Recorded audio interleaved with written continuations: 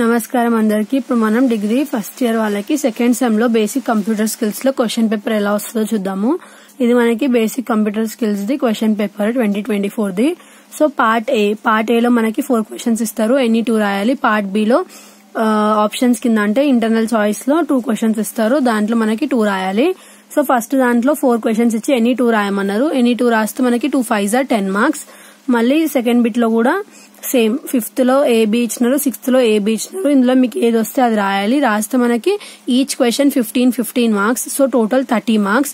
30 + 10 40 marks. ఈ subject మొత్తం total ఎన్ని మార్క్స్ ఉంటుంది అంటే 50 మార్క్స్ ఉంటుంది.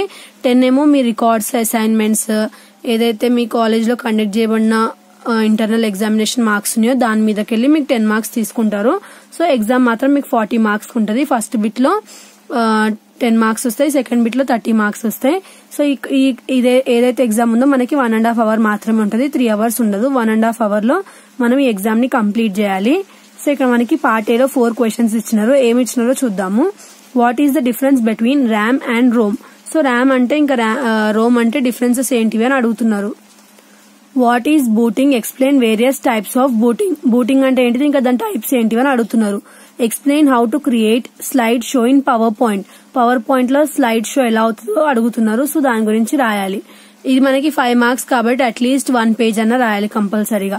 Explain about cell reference in Excel. Cell reference ఎలా ఉంటుంది ఎక్సెల్ లో అని అడుగుతున్నారు. నెక్స్ట్ పార్ట్ బి లో ఏదైతే 5th క్వశ్చన్ ఉందో అందులో ఏమడుతున్నారంటే what are input and output devices? Explain about any 3 input and 3 output devices. 3 input ఇంకా అవుట్పుట్ డివైజెస్ గురించి అడిగినారు. What is word processing? Explain various features of word processing. Word processing అంటే ఏంటిది, ఇంకా దాని ఫీచర్స్ ఏంటివి అని అడిగినారు మనకి ఇక్కడ 5th దాంట్లో. వర్డ్ ప్రాసెసింగ్ అంటే ఏంటిదో దాని గురించి ఒక హాఫ్ పేజ్ రాసేసి దాని ఫీచర్స్ ఇంకొక హాఫ్ పేజ్ రాస్తే కొంచెం 15 మార్క్స్ కాబట్టి కొంచెం లెంతీ చేసి రాయాలి. What is email? What are the advantages and disadvantages of email? Email అంటే ఏంటిది, ఇంకా దాని అడ్వాంటేజెస్, డిసడ్వాంటేజెస్ అంటే ఏంటిది అని మనకి ఇక్కడ అడుగుతున్నారు. దీని గురించి ఒక 1.5 పేజ్ రాస్తే సరిపోతుంది. Explain different kinds of mathematical and statistical functions in Excel. So ఏదైతే మనకి ఎక్సెల్ ఉందో అందులో మ్యాథమెటికల్ ఇంకా స్టాటిస్టికల్ ఫంక్షన్స్ ఏమున్నాయి అని చెప్పి ఈ క్వశ్చన్ లో అడిగినారు. సో ఇది మనకి క్వశ్చన్ పేపర్ ప్యాటర్న్ అనేది 40 మార్క్స్ కి వస్తుంది. ఫస్ట్ బిట్ లో 10 మార్క్స్, సెకండ్ బిట్ లో 30 మార్క్స్, టోటల్ 40 మార్క్స్. 1.5 hour ఉంటుంది. సో టైం కి సరిపోయేలాగా రాయాలి మనం ఆన్సర్స్. ఒకటే ఆన్సర్ గంట సేపు రాసేస్తే మిగతా 3 ఆన్సర్స్ రాయడానికి టైం సరిపోదు. సో టైం మేనేజ్ చేసుకుంటే ఈ 4 ఆన్సర్స్ ని కవర్ చేయాలి. సో ఇది మనకి basic computer skills question paper. Next వీడియోలో నెక్స్ట్ టాపిక్ చూద్దాము. Thanks for watching.